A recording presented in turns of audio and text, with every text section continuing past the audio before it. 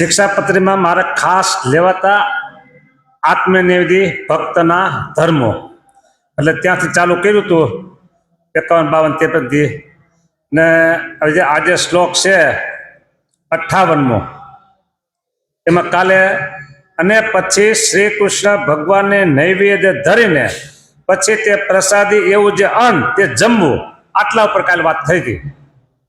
હવે આગળ 58મો શ્લોક છે ને આત્મનિવેદી ભક્તનો છે અને દ્રષ્ટાંત દીધું છે અંબરીશ રાજાનું.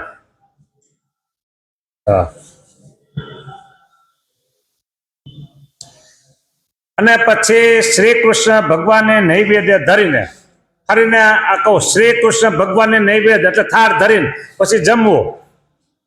કોને જમવાનો થાળ ધરવાનો? સ્વામિનારાયણ ભગવાનને સમજવાનું છે. આ વાત મેં તમને 15 વખત નહીં 25 વખત વધારે કીધી છે કે મહારાજ પોતે પોતાનો વખાણ ન કરે. અને જો તમે અહીંયા શ્રી કૃષ્ણ એ જ તમે અર્થ લેવા જાઓ તો શિક્ષાપત્રી આખી પરોક્ષની જ કહેવાય, કમ્પ્લીટ. સ્વામિનારાયણ શબ્દ કહેવાય જ નહીં. તો એટલે જ્યાં જ્યાં શ્રી કૃષ્ણ આવે છે, હા અમુક છે એ પાછા શ્રી કૃષ્ણ ભગવાનના શ્લોક લાગુ પડે છે, એ શ્લોક બરાબર નામ, પણ ક્યાં પ્રસંગે હોય એ જોવું પડે પછી. એટલે અહીંયા શ્રી કૃષ્ણ ભગવાનનો અર્થ લેવાનો છે સ્વામિનારાયણ ભગવાન. પછી શ્રી કૃષ્ણ ભગવાનને નૈવેદ્ય એટલે થાળ ધરે અને પછી તે પ્રસાદી એવું જે અન્ન તે જમવું. જો સત્સંગી માત્ર ભગવાનને ધરાવ્યા વિના કંઈ પણ મોઢામાં મુકાય ન જ. બસ વાત પૂરી. ખેતરમાં કામ કરતા હો અને જોવો માંડવીનો સોળો ઉપાડીને જોવો, વાહ પોપટા ખરેખર થયા છે, અને 2-3 પોપટા ખોલી અને સીધા મોટા મૂકી દો.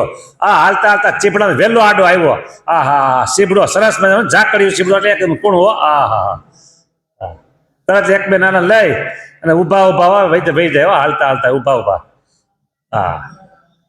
હવે આવું ટાણું હોય તો શું કરવું? અહીંયા તો ભગવાનની મૂર્તિ નથી, તો પછી તમારા પાકીટમાં મૂર્તિ રખાય અથવા હે મહારાજ યાદ કરી મનોમય મૂર્તિ કીધી છે, બરાબર?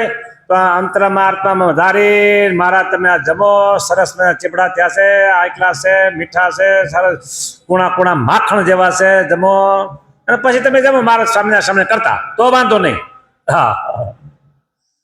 અને માર્કેટમાં લેવા ગયા અહીંયા તમને ચખાડે તો અહીંયા સીધું નહીં ચાખવાનું. અહીંયા પછી એ કઈ ધોયેલું બોયેલું બધું ન હોય, અને ઘરના ખેતરમાં તો વાંધો ન જ આવે.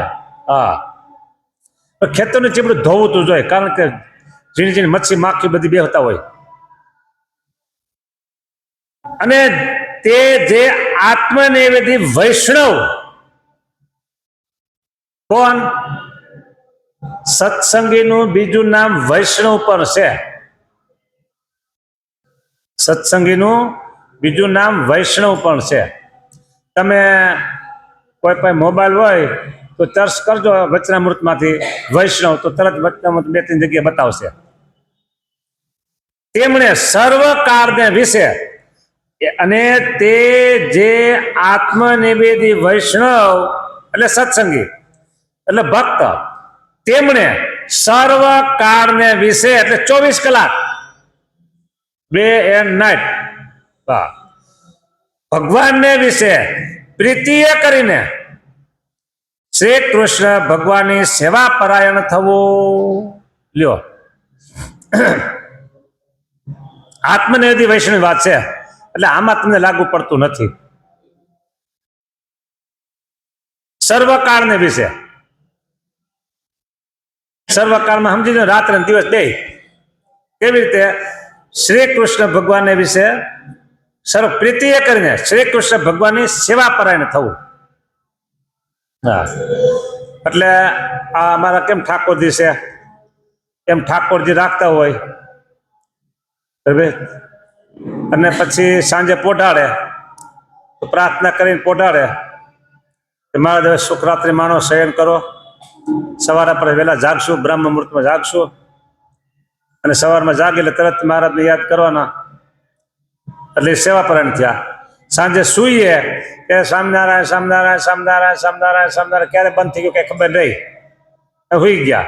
અને આંખ સવારમાં ઉઘડે, ઉઠી અલાર્મ વગાડે તો ભલે ને સીધી ઉઠી જાય ભલે, ઘડી એમ જોવું તો આમ જોઈ લેવાય કે બરાબર છે.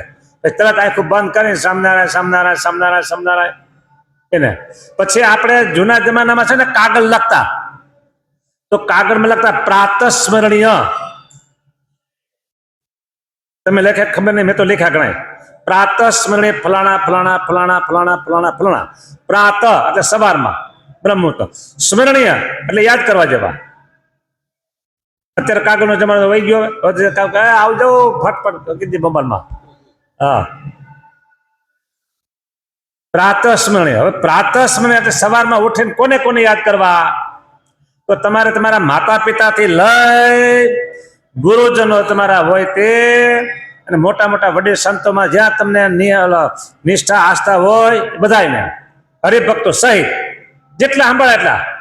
તમારે તો લિસ્ટમાં તમે લખો તો થાય 100 થતા હોય તો 100 ને સવારમાં ન સંભાળી શકી, તો 100 માંથી પછી 50 કરો, 50 માંથી 25 કરો, 25 માંથી 10 કરવાના, 10 માંથી 5 કરવાના, આ 5-10 કરવાના, એને સંભાળી લેવાના. એ બધા આવી ગયા ભેગા. પછી આ દરવાજે આવે અને એમ કે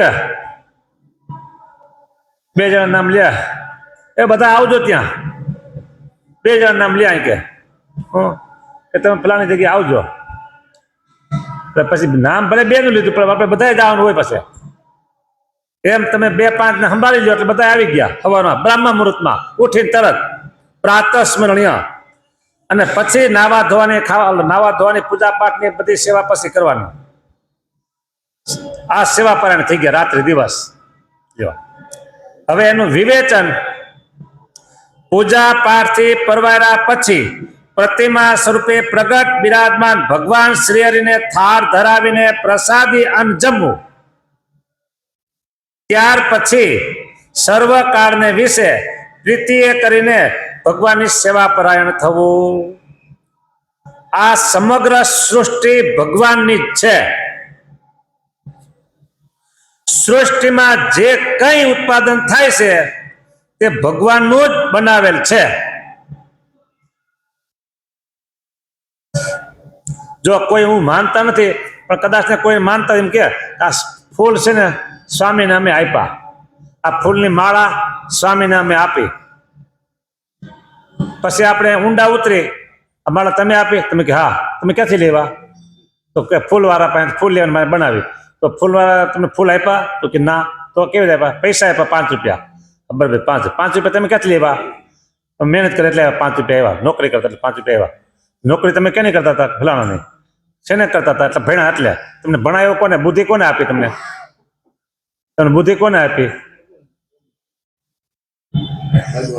ભગવાને બુદ્ધિ આપી. તો તમે ભણી શક્યા, તો નોકરી કરી શક્યા. તો પૈસા 5 રૂપિયા આવ્યા કોના?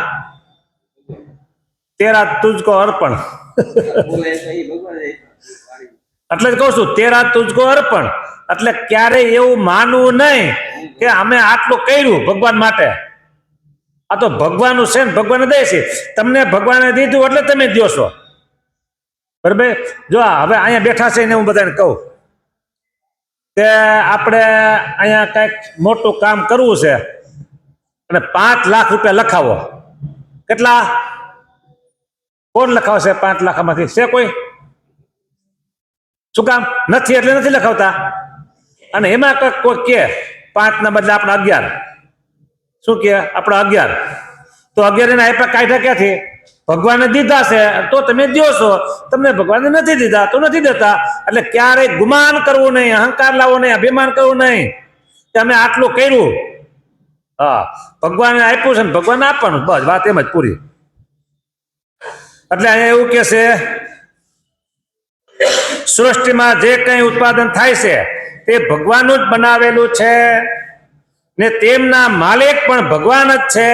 આમાંથી મારે જે કંઈ ઉપયોગમાં લેવાનું હોય તે ભગવાનને નિવેદન કરી તેમની કૃપા દ્રષ્ટિ થતા તેમાં રહેલી વાસનામય ભોગ વૃત્તિ નાશ પામે છે. ભગવાનની કૃપા દ્રષ્ટિ થાય, આપણે ભગવાન અર્પણ કરીએ એટલે એમાં જે ભોગમય વાસના છે ને નાશ પામે છે. ભગવાનના સંબંધને પામે છે. અહીંયા કીધું કે તેમની કૃપા દ્રષ્ટિ થતા તેમાં રહેલી વાસનામય ભોગ વૃત્તિ નાશ પામે છે. આ ફાયદો થાય છે ભગવાનને ધરાવવાથી. ભગવાનને કોઈ પણ વસ્તુ જમવાથી આ ફાયદો થાય છે. વાસના છે નાશ પામે છે. ભગવાનના સંબંધથી અન્ન નિર્ગુણ બને છે. સગુણ એટલે માયાનો સંબંધ, નિર્ગુણ એટલે માયાનો સંબંધ નીકળી ગયો, નિર્ગુણ થઈ જશે. હવે એક પ્રશ્ન પૂછી લઉં, તમે બધા નિર્ગુણ છો કે સગુણ છો? આ લે આવ તો આ તો પ્રશ્ન આવ્યો આટી ખોટી વાળો, ખબર જ નથી સગુણ શું નિર્ગુણ શું કઈ. કા જો વચનામૃત ને આધારે કહું, વચનામૃત મધ્યનું 13મું એના આધારે કહું તો તમે બધા નિર્ગુણ ભક્તો છો. એટલે તમારી પદવી ઊંચી થઈ ગઈ, ગ્રેડ ઊંચો હોઈ ગયો તમારો. શું કામ નિર્ગુણ છો? કે તમને બધાને ભગવાનનો સંબંધ છે. સંબંધા તત્ક્રિયા નિર્ગુણા ભવંતી આમાં આવશે. વચનામૃત 13મું હતી કે છે જો ભગવાનનો સંબંધ છે એ બધા નિર્ગુણ, એમાં માયાનું કાંઈ નહીં. છતાંય તમને લાગે કે આપણે તો માયામાં પડ્યા છો એમ માનાય છે, છતાંય તમે માયામાં નથી.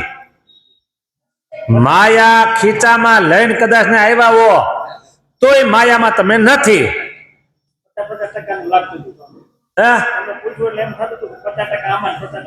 અરે પૂરેપૂરા 50% શું કામ? ભગવાન ટકાવારી નથી આપી. સંબંધા તત્ક્રિયા સર્વે ભવંતી નિર્ગુણા. બસ હા, આ અન્ન જે જમે તે પણ નિર્ગુણ થાય છે. તમે પ્રસાદીનો અન્ન જમો છો તો આમાં કીધું લ્યો તો નિર્ગુણ થાવ છો તમે. ભગવાનને થાળ નિવેદન થયા પછી જ અન્ન ગ્રહણ કરવું, આટલો વિશેષ વિધિ આ આત્મનિવેદી ભક્ત માટે છે. જો આત્મનિવેદી ભક્તોએ પોતાનું સર્વસ્વ ભગવાનને અર્થે કરી રાખ્યું હોય છે. હવે તેમણે ભગવાનની સેવા સિવાય બીજું ઈષ્ટ કર્તવ્ય હોતું નથી. એક ભગવાનની સેવા છે, બીજું કાંઈ ઈષ્ટ એટલે વાલું કર્તવ્ય બીજું આ છે, બીજું કોઈ વાલું નથી ને. બસ એટલે તેમણે નિરંતર ખોટો સમય પસાર કર્યા વગર ભગવાનની સેવા પરાયણ જ બનવાનું રહેશે. ખોટો સમય પસાર કર્યા વિના ભગવાનની સેવા પરાયણ જ બનવાનું રહે છે. આ સેવામાં નવધા ભક્તિનો સમાવેશ થઈ જાય છે. આ ઉપરાંત સમગ્ર સત્સંગ એ પણ ભગવાનનું સ્વરૂપ છે. આખો સત્સંગ એ ભગવાનનું સ્વરૂપ છે. જો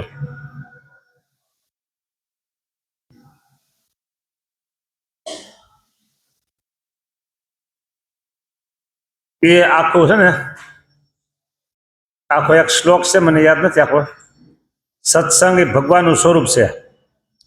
પછી આચાર્ય બે ભગવાનની આંખો છે, નેત્રો છે, એમ કઈને આખો બનાવેલું એક શ્લોક છે. કોનો મને યાદ નથી મળશે. અને પછી બીજું કીધું ગઢપુર અને વડતાલ.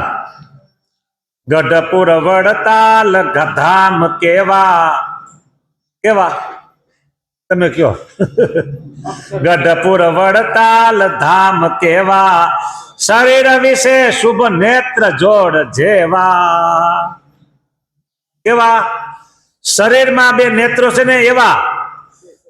ગઢપુર વડતાલ. હવે આમાં જો કોઈને પક્ષપાત તો રહ્યો જ નહીં આમાં કે અમે ભાઈ ગઢડા અમારે વધારે વાળું, ઓલા કે અમને વડતાલ વાળું. પણ ભગવાન એમ કે છે મારા બે હરકા, તો આપણે બે હરકા રાખવાના. ભગવાન કે મારે બે હરકા, તો આપણે બે હરકા, આમાં શું વાંધો છે? ગઢપુર વડતાલ ધામ કેવા, શરીર વિશે શુભ નેત્ર જોડ જેવા, નજર કરી જુઓ વિરાટ માહી. આખી સૃષ્ટિમાં જુઓ નજર કરે, અવર ધામ ન અન્ય ક્યાંય. આવા ધામ ક્યાંય નથી. બસ એટલે અહીં કીધું સમગ્ર સત્સંગ એ ભગવાનનું સ્વરૂપ છે. સમગ્ર સત્સંગની વિશ્વની સેવા જેમાં અનેક જીવાત્માનું ભલું છે એવી સર્વ જીવ હિતાવહ. જો સર્વ જીવ હિતાવહ. હા, આખું વિશ્વ ભગવાનનું સ્વરૂપ, વિશ્વની સેવા જેમાં અનેક જીવાત્માનું ભલું છે એવી સર્વ જીવ હિતાવહ. આ સંદેશા અનુસાર જે સેવા થાય છે એ પણ ભગવાનની જ સેવા છે. આ સિવાય એક વિશિષ્ટ પ્રકાર જે પોતાના પરમ પવિત્ર આચરણ વડે, સાંભળજો, પોતાના પરમ પવિત્ર આચરણ વડે, તો આચરણ પોતાના વડે અન્યના હૃદયમાં સત્સંગની ઉત્તમતાની છાપ પાડવી એ પણ એક પ્રકારની સેવા જ છે. પોતાના આચરણથી બીજામાં છાપ પડે એ પણ સત્સંગની સેવા છે. અને પોતાના આચરણથી બીજાનો સત્સંગ છૂટી જાય તો એ પછી સમજી લેવાનું કુસેવા છે. હા, લ્યો અહીંયા 58મો શ્લોક પૂરો થાય છે. હજી આપણે આગળ શ્લોક આવશે એક બે હજી. અહીંયા કથાને વિરામ આપીએ છીએ. સ્વામિનારાયણ ભગવાનની જય.